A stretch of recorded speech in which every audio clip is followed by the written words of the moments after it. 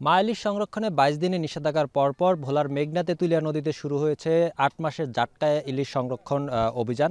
এই অভিযান বাস্তবায়নের লক্ষ্যে মৎস্য বিভাগ, নৌপুলিশ, কোস্টগার্ড একযোগে ভোলার মেঘনা তেঁতুলিয়া নদীতে জলে এবং স্থলে উভয় ভাগে তারা অভিযান পরিচালনা করছে। এই অভিযান তৎপরতা বজায় রাখার জন্য ইলিশ সম্পদ উন্নয়ন ও ব্যবস্থাপনা প্রকল্পের প্রকল্প পরিচালক মোল্লা এমদাদুল্লাহ ভোলার মেঘনা তেঁতুলিয়া নদীতে ঘুরে বেড়াচ্ছেন এবং বিভিন্নভাবে বিশেষ অভিযান পরিচালনা করেছেন। আজকে বিশেষ অভিযানের অংশ হিসাবে ভোলার মনপুরা উপজেলার রামনওয়াজ ঘাট সংলগ্ন মাছঘাটগুলোতে জেলেপল্লিতে তিনি অভিযান পরিচালনা করেন এবং অভিযান পরিচালনা করার পরপরই কিন্তু এখানে অবৈধ চাই, বিশেষ করে বাঁশের তৈরি কিছু মাছের ফাঁদ, বিশেষ করে এই চাইগুলো মাধ্যমে পাঙ্গাস সহ দেশীয় প্রজাতির যে সকল মাছ রয়েছে সে সকল মাছ কিন্তু ধ্বংস করা হয়। মাছের রেণুপনা কিন্তু এই যে চায়ের মাধ্যমে বিশেষ করে ধ্বংস করা হয় বলেও কিন্তু জেলে এবং যেই মৎস্য কর্মকর্তা রয়েছিলেন তারা জানিয়েছেন।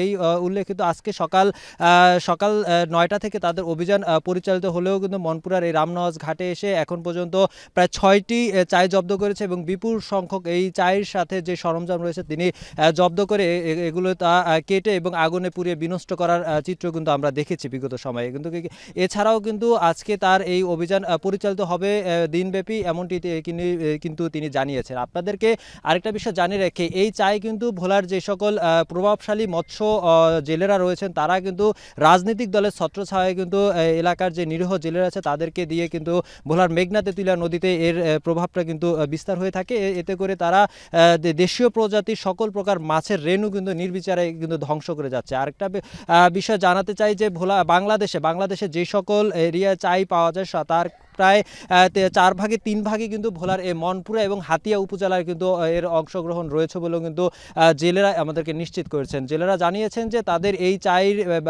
চায় পাতাতে একরকম বাধ্য করছে কিন্তু একরকম প্রভাবশালী মৎস্যজীবীরা, তারা নিরুপায় হয়ে কিন্তু তারা এই চায় পাচ্ছেন। তবে মৎস্য বিভাগ এবং ইলিশ সম্পদ প্রকল্পের যেই প্রকল্প পরিচালক রয়েছেন মোল্লা এমদাদুল্লাহ তিনি জানিয়েছেন যে এই চাই সহ অবৈধ যে সকল জাল রয়েছে জাল নির্মূলে তারা একত্রভাবে কাজ করে যাচ্ছে। তাদের সাথে নৌপুলিশ, মৎস্য বিভাগ এবং উপজেলা জেলা প্রশাসন একযোগে ভোলার মেঘনা তেঁতুলিয়া নদীতে অভিযান পরিচালনা করছেন। তো এই ছিল আমার কাছে ভোলার মনপুরা থেকে অভিযানের সর্বশেষ তথ্য।